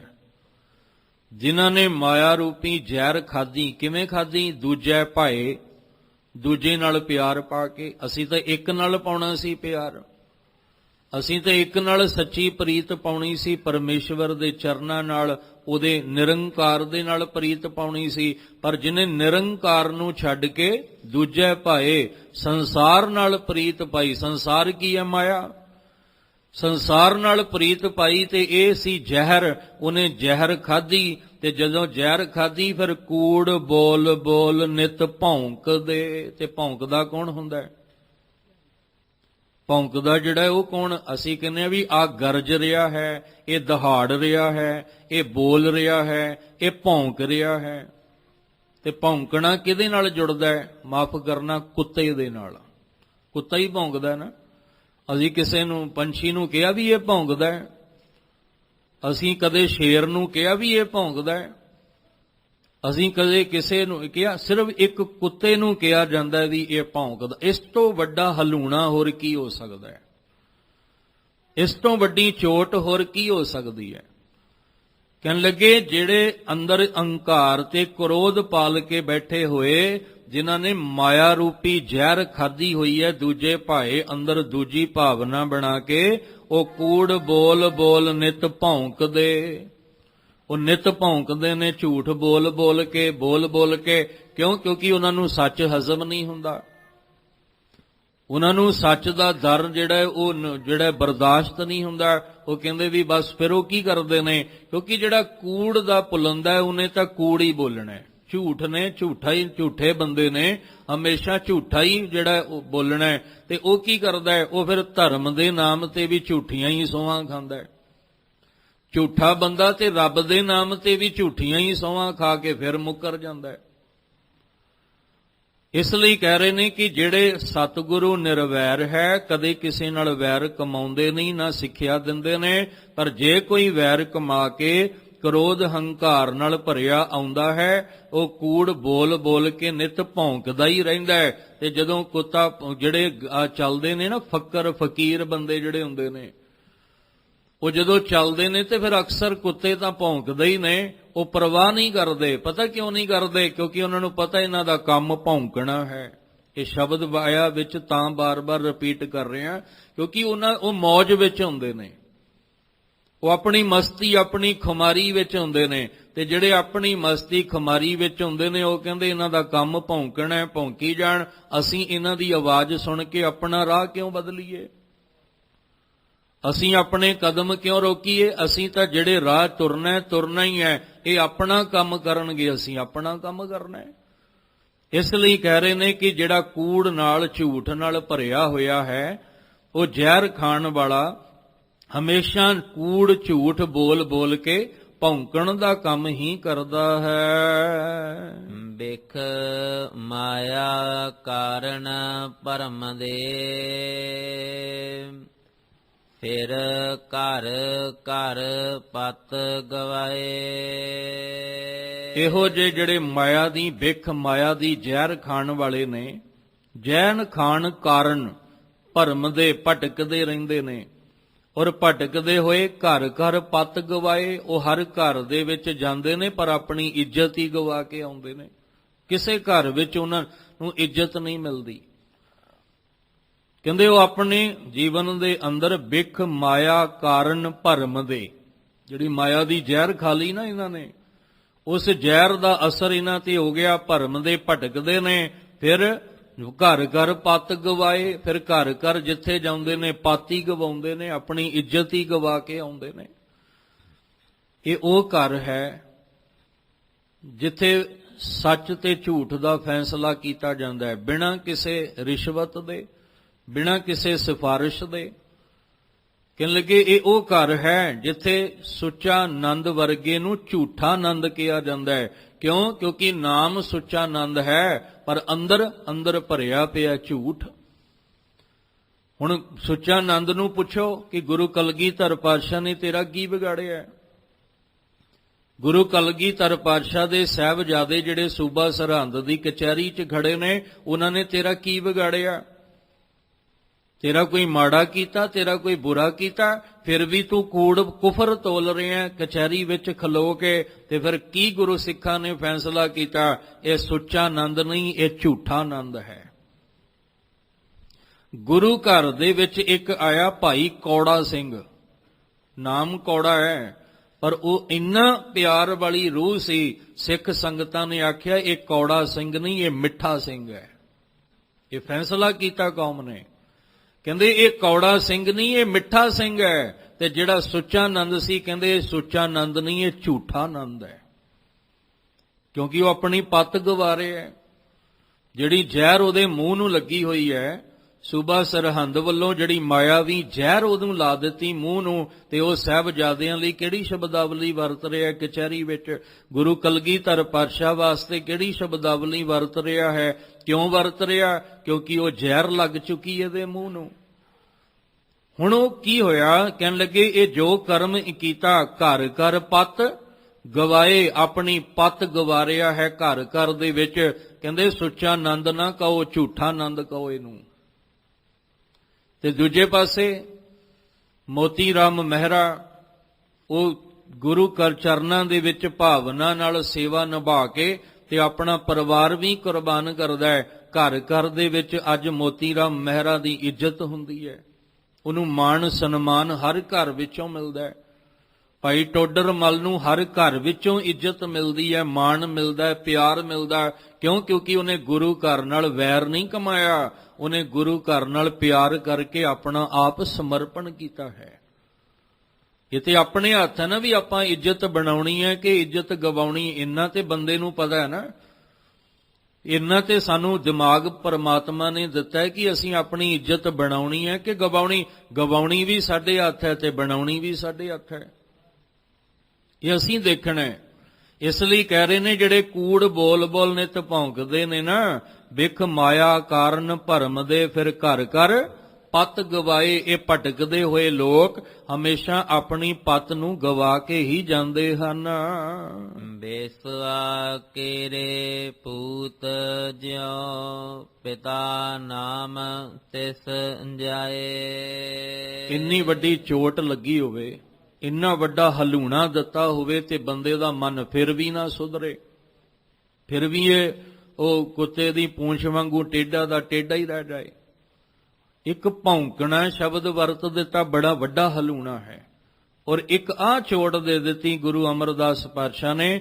ਸਾਹਿਬ ਜੀ ਕਹਿੰਦੇ ਨੇ, ਦੇਖੋ ਬੇਸ਼ਵਾ ਕੇਰੇ ਪੂਤ ਜਿਉ, ਜਿਵੇਂ ਇੱਕ ਬੇਸ਼ਵਾ ਦਾ ਪੁੱਤਰ ਹੁੰਦਾ ਹੈ ਤੇ ਉਸ ਬੇਸ਼ਵਾ ਦੇ ਪੁੱਤਰ ਦੇ ਪਿਤਾ ਦਾ ਕੀ ਨਾਮ ਹੁੰਦਾ ਹੈ, ਕੋਈ ਦੱਸ ਸਕਦਾ ਹੈ? ਇਹ ਗੁਰਬਾਣੀ ਕਹਿ ਰਹੀ ਹੈ। ਕਹਿੰਦੇ ਉਹਦਾ ਕੋਈ ਨਾਮ ਨਹੀਂ ਹੁੰਦਾ, ਉਹਦੇ ਪਿਤਾ ਦਾ ਨਾਮ ਚਲਾ ਜਾਂਦਾ ਹੈ। ਤੇ ਜਿਹੜਾ ਨਿਰੰਕਾਰ ਨਾਲੋਂ ਸਾਂਝ ਤੋੜ ਕੇ ਸਤਿਗੁਰੂ ਦੇ ਨਾਲ ਵੈਰ ਕਮਾਵੇ, ਮਾਫ ਕਰਨਾ, ਉਹਦੇ ਵੀ ਪਿਤਾ ਦਾ ਕੋਈ ਨਾਮ ਨਹੀਂ ਹੁੰਦਾ। ਪਤਾ ਨਹੀਂ ਉਹਨੇ ਕਿੰਨੇ ਮਾਇਆ ਦੀ ਖਾਤਰ ਮਾਈ ਬਾਪ ਬਣਾਏ ਹੁੰਦੇ ਨੇ। ਮਾਇਆ ਦੀ ਖਾਤਰ ਅੱਜ ਕਿਸੇ ਨੂੰ ਬਾਪ ਬਣਾ ਲਿਆ, ਕੱਲ ਕਿਸੇ ਨੂੰ ਬਣਾ ਲਿਆ, ਸਵੇਰੇ ਕਿਸੇ ਹੋਰ ਨੂੰ ਬਣਾ ਲਿਆ, ਸ਼ਾਮੀ ਕਿਸੇ ਹੋਰ ਨੂੰ ਬਣਾ ਲਿਆ। ਉਹਦਾ ਕੋਈ ਇੱਕ ਬਾਪ ਥੋੜੀ ਹੁੰਦਾ ਹੈ। ਅਸੀਂ ਤੇ ਕਹਿ ਸਕਦੇ ਹਾਂ, ਏਕ ਪਿਤਾ ਏਕ ਸਕੇ ਹਮ ਬਾਰਕ। ਅਸੀਂ ਤੇ ਅਰਦਾਸ ਕਰਦੇ ਹਾਂ ਕਿ ਮਾਲਕ ਜੀ, ਹਰ ਜੀ ਮਾਤਾ, ਹਰ ਜੀ ਪਿਤਾ, ਹਰ ਜੀਓ ਪ੍ਰਤਪਾਲਕ, ਹਰ ਜੀ ਮੇਰੀ ਸਾਰ ਕਰੇ ਹਮ ਹਰ ਕੇ ਬਾਲਕ। ਪਰ ਜਿਹੜੇ ਉਹਦੇ ਨਾਲੋਂ ਟੁੱਟੀ ਗਏ, ਉਹਨਾਂ ਦਾ ਇੱਕ ਥੋੜੀ ਹੁੰਦਾ ਹੈ, ਉਹਨਾਂ ਦਾ ਤੇ ਨਿਤ ਹੀ ਕੋਈ ਨਾ ਕੋਈ ਮਾਂ ਬਾਈ ਬਾਪ ਹੁੰਦਾ ਹੈ। ਹੁਣ ਗੁਰੂ ਅਮਰਦਾਸ ਪਾਤਸ਼ਾਹ ਜੀ ਕਹਿੰਦੇ, ਬੇਸੁਆ ਕੇਰੇ ਪੂਤ ਜਿਉ ਪਿਤਾ ਨਾਮ ਤਿਸ ਜਾਏ। ਜਿਹੜਾ ਬੇਸ਼ਵਾ ਦਾ ਪੁੱਤਰ ਹੁੰਦਾ ਹੈ, ਉਹਦੇ ਪਿਤਾ ਦਾ ਨਾਮ ਜਾਏ, ਚਲਾ ਜਾਂਦਾ ਹੈ। ਕੋਈ ਵੀ ਕਲੀਅਰ ਨਹੀਂ ਕਰ ਸਕਦਾ। ਇਸੇ ਤਰ੍ਹਾਂ ਜਿਹੜੇ ਨਿਰੰਕਾਰ ਨਾਲੋਂ ਟੁੱਟੇ ਹੋਏ ਨੇ, ਜਿਹੜੇ ਸਤਿਗੁਰੂ ਦੇ ਚਰਨਾਂ ਨਾਲੋਂ ਜਿਨ੍ਹਾਂ ਨੇ ਸਾਂਝ ਤੋੜ ਲਈ, ਜਿਹੜੇ ਈਰਖਾ ਵੈਰ ਵਿਰੋਧੀ ਭਾਵਨਾ ਨਾਲ ਭਰੇ ਹੋਏ ਨੇ, ਜਿਹੜੇ ਨਿਤ ਕੂੜ ਬੋਲਦੇ ਨੇ, ਮਾਇਆ ਦੀ ਜ਼ਹਿਰ ਜਿਨ੍ਹਾਂ ਦੇ ਮੂੰਹ ਨੂੰ ਲੱਗੀ ਹੋਈ ਹੈ, ਉਹ ਵੀ ਇੱਕ ਵੇਸ਼ਵਾ ਦੇ ਪੁੱਤਰ ਦੀ ਤਰ੍ਹਾਂ ਹੁੰਦੇ ਹਨ। ਹਰ ਹਰ ਨਾਮ ਨਾ ਚੇਤਣੀ, ਕਰਤੈ ਆਪ ਖੁਆਏ। ਜਿਨ੍ਹਾਂ ਨੇ ਪਰਮੇਸ਼ਵਰ ਦਾ ਨਾਮ ਚੇਤੇ ਨਹੀਂ ਕੀਤਾ, ਨਹੀਂ ਸਿਮਰਿਆ, ਕਹਿੰਦੇ ਫਿਰ ਉਹ ਕਰਤੇ ਨੇ ਆਪ ਹੀ ਐਸੀ ਖੇਡ ਵਰਤਾਈ, ਖੁਆਏ। ਉਹ ਖੁਆਰ ਹੁੰਦੇ ਰਹਿੰਦੇ ਨੇ, ਸੰਸਾਰ ਵਿੱਚ ਦੁਖੀ ਹੋ ਕੇ ਭਟਕਦੇ ਰਹਿੰਦੇ ਹਨ। ਹਰ ਗੁਰਮੁਖ ਕਿਰਪਾ ਧਾਰੀਅਨ, ਜਨ ਵਿਛੜੇ ਆਪ ਮਿਲਾਏ। ਹਰ ਹਰੀ ਨੇ, ਗੁਰਮੁਖ, ਹਰ ਦੇ ਰਾਰੇ ਨੂੰ ਸਿਹਾਰੀ ਹੈ ਹਰੀ, ਗੁਰਮੁਖ ਦੇ ਖੱਖੇ ਨੂੰ ਸਿਹਾਰੀ ਹੈ ਗੁਰੂ ਦੁਆਰਾ। ਹਰੀ ਪਰਮੇਸ਼ਵਰ ਨੇ ਗੁਰਮੁਖ ਗੁਰੂ ਦੇ ਦੁਆਰਾ ਕਿਰਪਾ ਧਾਰੀਆਂ, ਜਿਨ੍ਹਾਂ ਉੱਤੇ ਆਪਣੀ ਕਿਰਪਾ ਕੀਤੀ ਹੈ, ਜਿਹਦੇ ਉੱਤੇ ਆਪਣੀ ਰਹਿਮਤ ਵਰਤਾਈ ਹੈ। ਜਨ ਵਿਛੜੇ ਆਪ ਮਿਲਾਏ, ਉਹਨਾਂ ਨੂੰ ਵਿਛੜਿਆਂ ਨੂੰ ਜਨ ਬਣਾ ਕੇ, ਕਿਹਦੇ ਰਾਹੀਂ? ਸਤਿਗੁਰੂ ਦੇ ਦੁਆਰਾ। ਪਰਮੇਸ਼ਵਰ ਨੇ ਸਤਿਗੁਰੂ ਦੇ ਰਾਹੀਂ, ਜਾਂ ਕਹਿ ਲਓ ਕਿ ਨਿਰੰਕਾਰ ਤੱਕ ਜਾਣਾ ਤੇ ਆ ਗੁਰਦੁਆਰਿਓਂ ਹੋ ਕੇ ਜਾਣਾ ਪੈਣਾ ਹੈ। ਗੁਰੂ ਦੇ ਦੁਆਰੇ ਜਿਹੜਾ ਨਹੀਂ ਆਇਆ, ਆ ਰਾਹ ਨਹੀਂ ਪਿਆ, ਉਹ ਕਦੇ ਨਿਰੰਕਾਰ ਦੇ ਰਾਹ ਨਹੀਂ ਜੇ ਪੈ ਸਕਦਾ। ਇਸ ਲਈ ਹਰੀ ਨੇ ਗੁਰੂ ਦੇ ਦੁਆਰਾ ਜਿਹਦੇ ਤੇ ਕਿਰਪਾ ਕੀਤੀ, ਜਨ ਵਿਛੜੇ ਆਪ ਮਿਲਾ, ਆਪ ਅੱਗੇ ਹੋ ਕੇ ਫਿਰ ਉਹਨਾਂ ਗੁਰਮੁਖ ਜਨਾਂ ਨੂੰ, ਵਿਛੜਿਆਂ ਹੋਇਆਂ ਨੂੰ ਆਪਣੇ ਨਾਲ ਸਦਾ ਲਈ ਮਿਲਾ ਲਿਆ। ਜਨ ਨਾਨਕ ਤਿਸ ਬਲਿਹਾਰਣੈ, ਜੋ ਸਤਿਗੁਰ ਲਾਗੇ ਪਾਏ। ਜਨ ਨਾਨਕ, ਕੱਕੇ ਨੂੰ ਔਂਕੜ ਲੱਗ ਗਈ। ਗੁਰੂ ਅਮਰਦਾਸ ਪਾਤਸ਼ਾਹ ਕਹਿੰਦੇ, ਮੈਂ ਵੀ ਜਨ ਬਣ ਕੇ ਕਹਿਣਾ, ਤਿਸ ਬਲਿਹਾਰਣੈ, ਉਹਦੇ ਤੋਂ ਮੈਂ ਬਲਿਹਾਰੇ ਜਾਵਾਂ, ਜੋ ਸਤਿਗੁਰ ਲਾਗੇ ਪਾਏ। ਜਿਹੜੇ ਸੱਚੇ ਗੁਰੂ ਦੇ ਚਰਨੀ ਆ ਕੇ ਲੱਗ ਗਏ, ਜਾਂ ਜਿਨ੍ਹਾਂ ਨੂੰ ਗੁਰੂ ਨੇ ਚਰਨੀ ਲਾ ਲਿਆ, ਗੁਰਪੂਰੇ ਚਰਨੀ ਲਾਇਆ, ਹਰ ਸੰਗ ਸਹਾਈ ਪਾਇਆ, ਜਹ ਜਾਈਏ ਤਹਾਂ ਸੁਹੇਲੇ, ਕਰ ਕਿਰਪਾ ਪ੍ਰਭ ਮੇਲੇ ਵਾਲੀ ਜ਼ਿੰਦਗੀ ਜੀਵਨ ਜਿਨ੍ਹਾਂ ਦਾ ਹੋ ਗਿਆ। ਸਾਹਿਬ ਕਹਿੰਦੇ, ਮੈਂ ਵੀ ਉਹਨਾਂ ਤੋਂ ਬਲਿਹਾਰੇ ਸਦਕੇ ਜਾਵਾਂ। ਆ ਅਖੀਰਲੀ ਪੰਕਤੀਆਂ ਜਿਹੜੀਆਂ ਨੇ, ਇਹ ਅੱਜ ਕਿਹਦੇ ਨਾਲ ਢੁਕਦੀਆਂ ਨੇ? ਜਿਨ੍ਹਾਂ ਦਾ ਅੱਜ ਜਨਮ ਦਿਹਾੜਾ ਹੈ। ਧੰਨ ਧੰਨ ਬਾਬਾ ਬੁੱਢਾ ਸਾਹਿਬ ਜੀ। ਇਹ ਅਖੀਰਲੀਆਂ ਪੰਕਤੀਆਂ ਉਹਨਾਂ ਤੇ ਢੁਕਦੀਆਂ ਨੇ। ਫਿਰ ਸਮਝ ਲੈਣਾ, ਹਰ ਗੁਰਮੁਖ ਕਿਰਪਾ ਧਾਰੀਆਂ, ਜਨ ਵਿਛੜੇ ਆਪ ਮਿਲਾਏ। ਜਨ ਨਾਨਕ ਤਿਸ ਬਲਿਹਾਰਨੇ, ਜੋ ਸਤਿਗੁਰ ਲਾਗੇ ਪਾਏ। ਜਿਹੜੇ ਸਤਿਗੁਰੂ ਦੇ ਆ ਕੇ ਪੈਰੀ ਚਰਨੀ ਲੱਗ ਗਏ ਨੇ ਭਾਵਨਾ ਨਾਲ। ਤੇ ਧੰਨ ਬਾਬਾ ਬੁੱਢਾ ਸਾਹਿਬ ਜੀ ਦਾ ਜੀਵਨ ਉਹ ਹੈ ਜਿਨ੍ਹਾਂ ਦੀ ਬਰਾਬਰੀ ਕੋਈ ਵੀ ਨਹੀਂ ਕਰ ਸਕਦਾ। ਉਹ ਮਹਾਨ ਗੁਰਸਿੱਖ, ਬ੍ਰਹਮ ਗਿਆਨ ਦਾ ਰੂਪ, ਜਤ ਔਰ ਸਤ ਦੇ ਮਾਲਕ, ਆਪਣਾ ਆਪ ਸਤਿਗੁਰੂ ਨੂੰ ਸਮਰਪਣ ਕਰਨ ਵਾਲੇ ਬਾਬਾ ਬੁੱਢਾ ਸਾਹਿਬ ਜੀ, ਜਿਨ੍ਹਾਂ ਦਾ ਅੱਜ ਜਨਮ ਦਿਹਾੜਾ ਹੈ। ਬਾਬਾ ਬੁੱਢਾ ਸਾਹਿਬ ਜੀ ਕੱਥੂ ਨੰਗਲ, ਜ਼ਿਲ੍ਹਾ ਅੰਮ੍ਰਿਤਸਰ ਸਾਹਿਬ, ਕੱਥੂ ਨੰਗਲ ਦੇ ਪਿੰਡ ਦੇ ਵਿੱਚ, ਇੱਥੇ ਸੁੱਘੇ ਰੰਧਾਵਾ ਤੇ ਬੀਬੀ ਜਿਹੜੀ ਹੈ ਗੌਰਾਂ, ਇਹਨਾਂ ਦੇ ਘਰ ਦੇ ਵਿੱਚ ਬਾਬਾ ਬੁੱਢਾ ਜੀ ਦਾ ਜਨਮ ਹੁੰਦਾ ਹੈ 1506 ਦੇ ਵਿੱਚ। ਇੱਥੇ ਇਹਨਾਂ ਨੇ ਜੋ ਖੇਤੀਬਾੜੀ ਹੈ ਉਹਦਾ ਕੰਮ ਕਾਜ ਕਰਦੇ ਨੇ। ਘਰ ਦੇ ਵਿੱਚ ਵੀ ਜਿਹੜਾ ਉਹ ਤਕਰੀਬਨ ਉਮਰ ਜਿਹੜੀ ਉਹਨਾਂ ਦੀ 12 ਕੁ ਸਾਲ ਦੀ ਹੋ ਚੁੱਕੀ ਹੈ। 1518 ਦੇ ਵਿੱਚ ਗੁਰੂ ਨਾਨਕ ਸਾਹਿਬ ਇਸ ਪਿੰਡ ਵਿੱਚ ਆਉਂਦੇ ਨੇ। 1506 ਵਿੱਚ ਬਾਬਾ ਬੁੱਢਾ ਸਾਹਿਬ ਜੀ ਦਾ ਜਨਮ ਹੁੰਦਾ ਹੈ ਤੇ 1518 ਦੇ ਵਿੱਚ ਗੁਰੂ ਨਾਨਕ ਸਾਹਿਬ ਇਸ ਪਿੰਡ ਆਉਂਦੇ ਨੇ ਤੇ ਉਸ ਵੇਲੇ ਦੀ ਤਕਰੀਬਨ ਉਮਰ 12 ਕੁ ਸਾਲ ਜਿਹੜੀ ਹੈ ਉਹ ਬਣਦੀ ਹੈ। ਜਦੋਂ ਦੇਖਿਆ ਵੀ ਕੋਈ ਰੱਬ ਦੇ ਪਿਆਰੇ ਆਏ ਨੇ, ਭਾਈ ਮਰਦਾਨਾ ਜੀ, ਇੱਕ ਬਾਬਾ ਅਕਾਲ ਰੂਪ, ਦੂਜਾ ਰਬਾਬੀ ਮਰਦਾਨਾ, ਤੇ ਜਦੋਂ ਰੂਪ ਤੱਕਿਆ ਤੇ ਮਹਿਸੂਸ ਕੀਤਾ ਵੀ ਇਹ ਉਹ ਨੇ ਜਿਹੜੇ ਮੈਨੂੰ ਰੱਬ ਨਾਲ ਜੋੜ ਸਕਦੇ ਨੇ, ਜਿਹੜੇ ਮੈਨੂੰ ਨਿਰੰਕਾਰ ਨਾਲ ਜੋੜ ਸਕਦੇ ਨੇ। ਭਾਵਨਾ ਨਾਲ ਸੇਵਾ ਕੀਤੀ, ਦੁੱਧ ਵੀ ਲਿਆ ਕੇ ਛਕਾਇਆ ਤੇ ਇੱਕ ਬੇਨਤੀ ਕੀਤੀ, ਕਹਿਣ ਲੱਗੇ ਮੇਰੇ ਤੇ ਇੱਕ ਮਿਹਰ ਕਰ ਦਿਓ, ਮੈਨੂੰ ਨਿਰੰਕਾਰ ਦੇ ਨਾਲ ਜੋੜ ਦਿਓ, ਮੈਨੂੰ ਆਪਣੇ ਨਾਲ ਹੀ ਰੱਖ ਲਓ, ਮੈਂ ਹੁਣ ਸਾਰਾ ਜੀਵਨ ਤੁਹਾਡੇ ਨਾਲ ਰਹਿ ਕੇ ਨਿਰੰਕਾਰ ਨੂੰ ਪਾਉਣਾ ਚਾਹੁੰਦਾ। ਤੇ ਧੰਨ ਗੁਰੂ ਨਾਨਕ ਸਾਹਿਬ ਜੀ ਨੇ ਆਖਿਆ ਸੀ, ਉਮਰ ਤਾਂ ਹਜੇ, ਕਿਉਂਕਿ 10-12 ਸਾਲ ਦੀ ਉਮਰ ਬਾਲਕ ਵਿੱਚ ਹੀ ਆਉਂਦੀ ਹੈ, ਕਿ ਤੂੰ ਉਹ ਗੱਲਾਂ ਕਰਦਾ ਪਿਆ ਜਿਹੜੀਆਂ ਗੱਲਾਂ ਬੁਢੇਪੇ ਵਿੱਚ ਜਾ ਕੇ ਅਕਸਰ ਕੀਤੀਆਂ ਜਾਂਦੀਆਂ ਨੇ, ਔਰ ਅਕਸਰ ਬੁਢੇਪੇ ਵਿੱਚ ਵੀ ਉਹ ਗੱਲਾਂ ਸਮਝ ਨਹੀਂ ਆਉਂਦੀਆਂ ਜਿਹੜੀਆਂ ਤੈਨੂੰ ਬਾਲ ਅਵਸਥਾ ਵਿੱਚ ਸਮਝ ਆ ਗਈਆਂ। ਕਿ ਜ਼ਿੰਦਗੀ ਦਾ ਪਤਾ ਨਹੀਂ, ਜ਼ਿੰਦਗੀ ਦਾ ਭਰੋਸਾ ਨਹੀਂ, ਪਤਾ ਨਹੀਂ ਅਗਲਾ ਸਾਹ ਜ਼ਿੰਦਗੀ ਦੇ ਵਿੱਚ ਮਿਲਣਾ ਜਿਉਣ ਵਾਸਤੇ ਕਿ ਨਹੀਂ ਮਿਲਣਾ। ਇਹ ਜ਼ਿੰਦਗੀ ਦਾ ਸਫ਼ਰ ਪਤਾ ਨਹੀਂ ਕਦੋਂ ਕਿੱਥੇ ਮੁੱਕ ਜਾਣਾ ਹੈ। ਇਸ ਲਈ ਚੰਦ ਦਿਨ ਜਿਹੜੇ ਮੇਰੇ ਜ਼ਿੰਦਗੀ ਦੇ ਨੇ ਮੈਂ ਲੇਖੇ ਲਾਉਣਾ ਚਾਹੁੰਦਾ। ਤੇ ਬੜੇ ਪ੍ਰਸੰਨ ਹੋ ਕੇ ਧੰਨ ਗੁਰੂ ਨਾਨਕ ਸਾਹਿਬ ਨੇ ਆਖਿਆ ਸੀ, ਪੁੱਤਰ ਤੇਰਾ ਨਾਮ ਕੀ ਹੈ? ਕਹਿੰਦੇ ਮਾਪੇ ਮੈਨੂੰ ਬੂੜਾ ਬੂੜਾ ਕਹਿੰਦੇ ਨੇ। ਸਾਹਿਬ ਕਹਿੰਦੇ ਬੂੜਾ ਨਾਮ ਜ਼ਰੂਰ ਹੈ ਤੇਰਾ, ਪਰ ਤੇਰੀਆਂ ਗੱਲਾਂ ਬੁੱਢਿਆਂ ਤੋਂ ਘੱਟ ਨਹੀਂ। ਉਹ ਬੁੱਢਾ ਸ਼ਬਦ ਗੁਰੂ ਨਾਨਕ ਸਾਹਿਬ ਜੀ ਨੇ ਦਿੱਤਾ, ਜਿਹਨੂੰ ਗੁਰੂ ਸਾਹਿਬ ਭਾਈ ਬੁੱਢਾ ਜੀ ਵਰਤਦੇ ਰਹੇ ਨੇ, ਪਰ ਅਸੀਂ ਬਾਬਾ ਬੁੱਢਾ ਜੀ ਸ਼ਬਦ ਵਰਤਦੇ ਹਾਂ ਬਾਬਾ ਸਤਕਾਰ ਦੇ ਵਿੱਚ, ਕਿਉਂਕਿ ਉਮਰ ਵੀ ਦੇਖੋ 125 ਸਾਲ ਤੱਕ ਦਾ ਜੀਵਨ ਹੈ। 12 ਸਾਲ ਤੋਂ ਗੁਰੂ ਨਾਨਕ ਸਾਹਿਬ ਜੀ ਨਾਲ ਜੁੜਿਆ ਜੀਵਨ 125 ਸਾਲ ਤੱਕ ਗੁਰੂ ਨਾਨਕ ਸਾਹਿਬ ਜੀ ਨਾਲ ਹੀ ਜੁੜਿਆ ਰਿਹਾ। ਔਰ ਸਭ ਤੋਂ ਵੱਡੀ ਗੱਲ ਕਿ ਗੁਰੂ ਨਾਨਕ ਸਾਹਿਬ ਤੋਂ ਗੁਰੂ ਹਰਗੋਬਿੰਦ ਸਾਹਿਬ ਤੱਕ ਗੁਰੂ ਘਰ ਦੇ ਵਿੱਚ ਰਹਿ ਕੇ ਸਿੱਖੀ ਨੂੰ ਕਮਾਇਆ ਵੀ, ਜਾਂ ਆਪ ਜਪੋ ਅਵਰਹ ਨਾਮ ਜਪਾਵੋ ਨੂੰ ਜੇ ਕਿਸੇ ਨੇ ਕਰਕੇ ਵਿਖਾਇਆ ਤੇ ਉਹ ਬਾਬਾ ਬੁੱਢਾ ਸਾਹਿਬ ਨੇ। ਗੁਰੂ ਨਾਨਕ ਸਾਹਿਬ ਜੀ ਦੇ ਘਰ ਗੁਰਮਤ ਦੀ ਵਿਦਿਆ ਲਈ, ਗੁਰਮਤ ਦੀ ਸਿਖਲਾਈ ਲਈ ਆਪਣੇ ਅੰਦਰ ਦੇ ਢਾਂਚੇ ਨੂੰ ਚੰਗੀ ਤਰ੍ਹਾਂ ਢਾਲ ਕੇ ਦੁਬਾਰਾ ਘੜ ਲਿਆ। ਇੰਨਾ ਘੜ ਲਿਆ ਕਿ ਸਿੱਖੀ ਦਾ ਥੰਬ ਜਿਹੜਾ ਸੀ ਉਹ ਬਣ ਗਏ ਬਾਬਾ ਬੁੱਢਾ ਜੀ। ਔਰ ਗੁਰੂ ਨਾਨਕ ਸਾਹਿਬ ਜੀ ਨੇ ਆਖਿਆ ਸੀ, ਭਾਈ ਬੁੱਢਾ ਜੀ ਮੈਂ ਇੱਕ ਬਚਨ ਤੁਹਾਡੇ ਨਾਲ ਜ਼ਰੂਰ ਕਰਾਂ। ਕਹਿੰਦੇ ਕਿਹੜਾ? ਕਹਿੰਦੇ ਭਾਈ ਬੁੱਢਾ ਤੇਰੇ ਤੋਂ ਓਲੇ ਕਦੇ ਨਾ ਹੋਸਾਂ, ਕਦੇ ਤੇਰੇ ਤੋਂ ਓਲਾ ਨਹੀਂ ਹੋਏਗਾ। ਜਿੱਥੇ ਵੀ ਹੋਵਾਂਗਾ ਤੇ ਬਾਬੇ ਬੁੱਢੇ ਨੂੰ ਖਬਰ ਜ਼ਰੂਰ ਹੋਏਗੀ, ਭਾਈ ਬੁੱਢਾ ਜੀ ਤੁਹਾਨੂੰ ਜ਼ਰੂਰ ਖਬਰ ਹੋਏਗੀ, ਹੋਰ ਭਾਵੇਂ ਕਿਸੇ ਨੂੰ ਹੋਵੇ ਨਾ ਹੋਵੇ। ਐਵੇਂ ਨਹੀਂ ਸੀ ਗ੍ਰੰਥੀ ਬਣਾ ਦਿੱਤਾ ਗੁਰੂ ਗ੍ਰੰਥ ਸਾਹਿਬ ਜੀ ਦਾ। ਕਹਿੰਦੇ ਨੇ ਗੁਰੂ ਅੰਗਦ ਦੇ ਪਾਤਸ਼ਾਹ ਦੇ ਸਮੇਂ ਜਦੋਂ ਮਾਈ ਭਰਾਈ ਦੇ ਘਰ ਆ ਕੇ ਰਹਿੰਦੇ ਨੇ ਗੁਰੂ ਅੰਗਦ ਦੇਵ ਜੀ, ਤੇ ਕਰਤਾਰਪੁਰ ਵਿੱਚ ਸੰਗਤਾਂ ਉਤਾਵਲੀਆਂ ਹੋ ਗਈਆਂ ਵੀ ਹੁਣ ਗੁਰੂ ਦਾ ਦੀਦਾਰ ਕਿੱਥੇ ਹੋਏਗਾ, ਗੁਰੂ ਸਾਹਿਬ ਦੇ ਦਰਸ਼ਨ ਕਿਵੇਂ ਹੋਣਗੇ।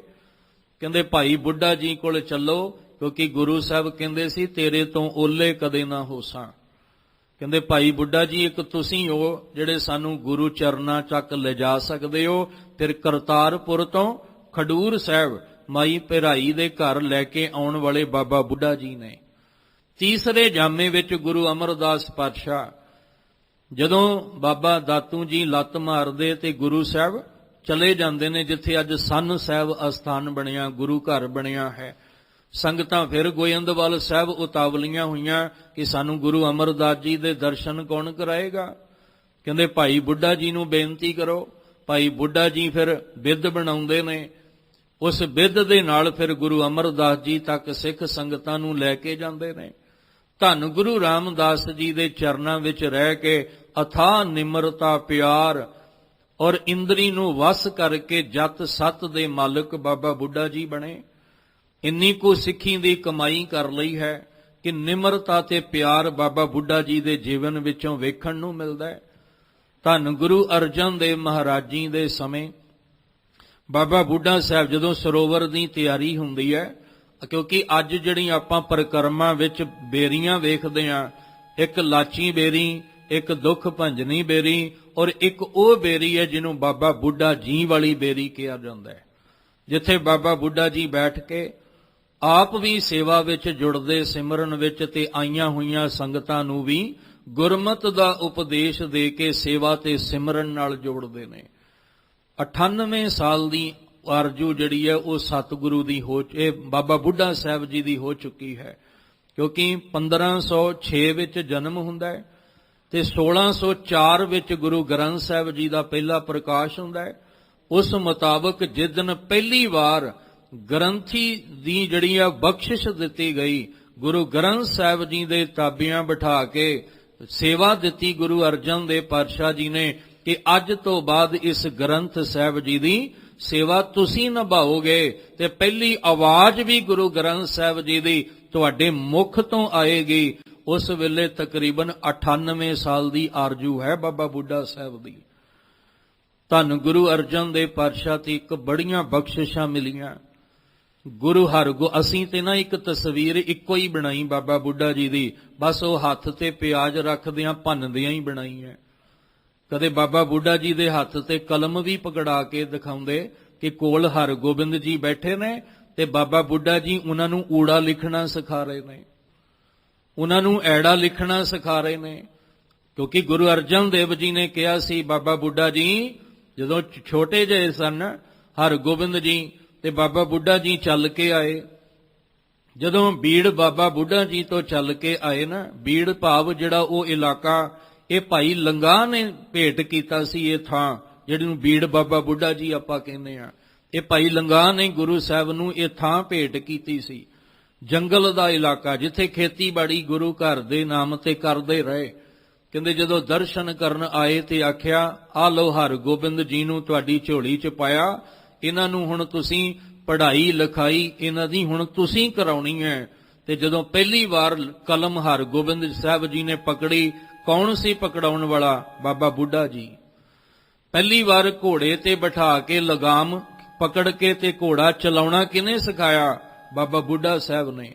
ਸ਼ਸਤਰ ਚਲਾਉਣੇ ਕਿਹਨੇ ਸਿਖਾਏ? ਬਾਬਾ ਬੁੱਢਾ ਸਾਹਿਬ ਨੇ। ਪਰ ਅਸੀਂ ਇੱਕੋ ਹੀ ਤਸਵੀਰ ਬਣਾਈ ਹੈ, ਪਿਆਜ਼ ਭੰਨਦੇ ਦੀ, ਕਲਮ ਜਿਹੜੀ ਹੈ ਉਹਦੀ ਨਹੀਂ ਬਣਾਈ, ਸ਼ਸਤਰ ਚਲਾਉਣਾ ਸਿਖਾਉਣ ਦੀ ਅਸੀਂ ਨਹੀਂ ਬਣਾਈ, ਕਿਉਂਕਿ ਅਸੀਂ ਪੇਸ਼ ਹੀ ਇੱਕੋ ਹੀ ਕੀਤਾ ਰੂਪ। ਬਾਬਾ ਬੁੱਢਾ ਸਾਹਿਬ ਜੀ ਹਰਗੋਬਿੰਦ ਸਾਹਿਬ ਨੂੰ ਸਿਖਲਾਈ ਦਿੰਦੇ ਆ। ਬਚਪਨ ਬਾਬਾ ਬੁੱਢਾ ਜੀ ਦੇ ਕੋਲ ਬਤੀਤ ਹੁੰਦਾ। ਇਹੀ ਕਾਰਨ ਹੈ ਕਿ ਉਹਨਾਂ ਦਾ ਬੜਾ ਪਿਆਰ ਸੀ। ਔਰ ਅਕਾਲ ਤਖਤ ਸਾਹਿਬ ਦੀ ਸਿਰਜਣਾ ਕਰਨ ਲੱਗਿਆਂ ਹਰਗੋਬਿੰਦ ਸਾਹਿਬ ਮੇਰੀ ਪੀਰੀ ਦੇ ਮਾਲਕ ਜੀ ਕਹਿੰਦੇ ਭਾਈ ਬੁੱਢਾ ਜੀ ਅੱਗੇ ਆਓ, ਭਾਈ ਗੁਰਦਾਸ ਜੀ ਨੂੰ ਲਓ ਨਾਲ, ਇਹ ਅਕਾਲ ਤਖਤ ਦੀ ਸਿਰਜਣਾ ਤੁਸੀਂ ਆਪਣੇ ਹੱਥੀਂ ਕਰਨੀ ਹੈ। ਇਹਨੂੰ ਕੋਈ ਮਿਸਤਰੀ ਤੇ ਕੋਈ ਕਾਰੀਗਰ ਦਾ ਹੱਥ ਨਹੀਂ, ਇਹਨੂੰ ਭਾਈ ਬੁੱਢਾ ਜੀ ਤੇ ਭਾਈ ਗੁਰਦਾਸ ਜੀ ਦਾ ਹੱਥ ਲੱਗੇਗਾ।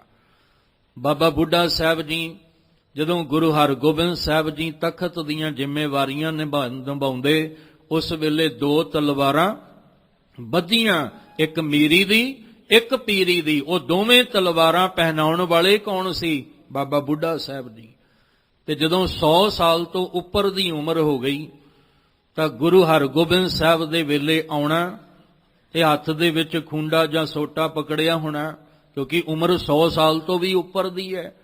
ਤੇ ਜਦੋਂ ਆਉਣਾ ਚਿੱਟਾ ਧੜਾ ਬਾਬਾ ਬੁੱਢਾ ਸਾਹਿਬ ਜੀ ਦਾ, ਤੇ ਜੋ ਨਾਲ ਗੁਰੂ ਕੇ ਪਿਆਰੇ ਆਉਣੇ। ਇੱਕ ਦਿਨ ਹਰਗੋਬਿੰਦ ਸਾਹਿਬ ਨੇ ਕਿਹਾ ਕਿ ਤੁਸੀਂ ਚੱਲ ਕੇ ਇੰਨੀ ਦੂਰੋਂ ਆਉਂਦੇ ਹੋ, ਅੱਜ ਤੋਂ ਤੁਸੀਂ ਪਾਲਕੀ ਦੇ ਵਿੱਚ ਅੱਜ ਤੋਂ ਬਾਅਦ ਪਾਲਕੀ ਵਿੱਚ ਬੈਠ ਕੇ ਆਇਆ ਕਰੋ। ਕਿੰਨਾ ਸਤਿਕਾਰ ਗੁਰੂ ਹਰਗੋਬਿੰਦ ਸਾਹਿਬ ਨੇ ਕੀਤਾ। ਤੁਸੀਂ ਪੈਦਲ ਨਹੀਂ, ਤੁਹਾਨੂੰ ਗੁਰੂ ਅਰਜਨ ਦੇਵ ਪਾਤਸ਼ਾਹ ਨੇ ਹਰਮੰਦਰ ਸਾਹਿਬ, ਦਰਬਾਰ ਸਾਹਿਬ, ਗ੍ਰੰਥੀ ਦੀ ਸੇਵਾ ਦਿੱਤੀ ਹੈ। ਗੁਰੂ ਗ੍ਰੰਥ ਸਾਹਿਬ ਜੀ ਤੁਹਾਡੇ ਸੀਸ ਤੇ ਸੁਸ਼ੋਭਿਤ ਕਰਕੇ ਲਿਆਂਦੇ ਸਨ, ਇਸ ਲਈ ਤੁਸੀਂ ਪਾਲਕੀ ਵਿੱਚ ਬੈਠ ਕੇ ਆਇਆ ਕਰੋ। ਇੱਕ ਦਿਨ ਆ ਰਹੇ ਸੀ ਪਾਲਕੀ ਦੇ ਵਿੱਚ ਸਵਾਰ ਹੋ ਕੇ ਰਾਮਸਰ ਦੇ ਅਸਥਾਨ ਵੱਲੋਂ, ਤੇ ਗੁਰੂ ਹਰਗੋਬਿੰਦ ਸਾਹਿਬ ਜੀ ਨਾ ਚੁੱਪ ਕਰਕੇ ਗਏ ਤੇ ਜਾਂਦਿਆਂ ਸਾਰ ਸੇਵਕ ਨੂੰ ਕਹਿੰਦੇ, ਭਰਿਆ ਪਰੇ ਹੋ, ਮੈਨੂੰ ਮੋਢਾ ਲਾ ਲੈਣ ਦੇ।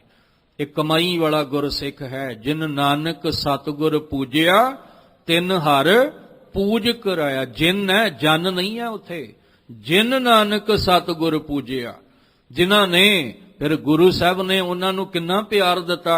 ਜਦੋਂ ਮੋਢਾ ਦਿੱਤਾ ਨਾ, ਤੇ ਕਮਾਈ ਵਾਲਾ ਗੁਰਸਿੱਖ ਕਹਿੰਦਾ, ਉਹ ਪਾਲਕੀ ਰੋਕ ਦਿਓ, ਇਹ ਨਹੀਂ ਅੱਗੇ ਜਾਏਗੀ। ਕਿਉਂ ਨਹੀਂ ਜਾਏਗੀ? ਕਹਿੰਦੇ ਮੈਂ ਪਾਲਕੀ ਤੋਂ ਉਤਰਨਾ। ਕਹਿੰਦੇ ਨਹੀਂ, ਅਜੇ ਤਾਂ ਅੱਗੇ ਜਾਣਾ।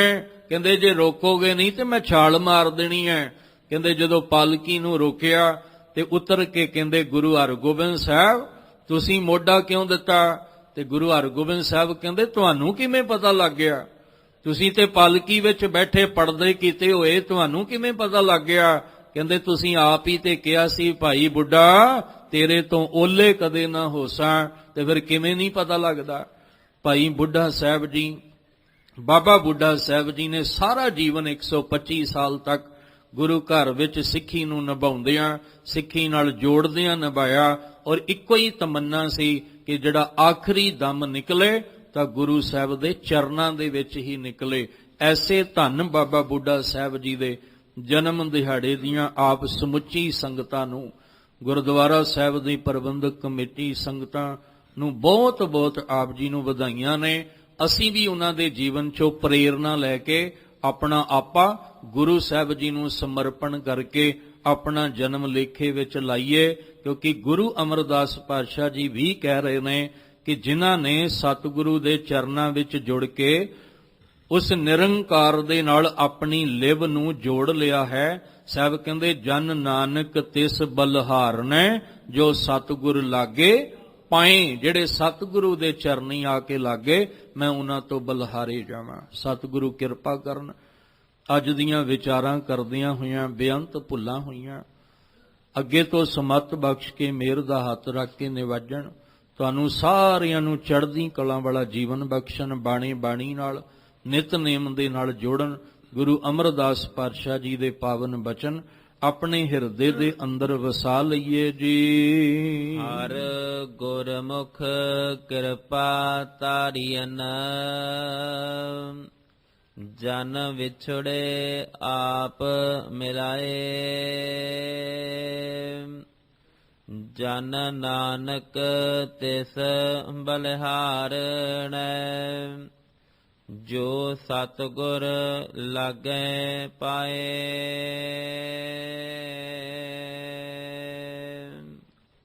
ਵਾਹਿਗੁਰੂ ਜੀ ਕਾ ਖਾਲਸਾ, ਵਾਹਿਗੁਰੂ ਜੀ ਕੀ ਫਤਿਹ।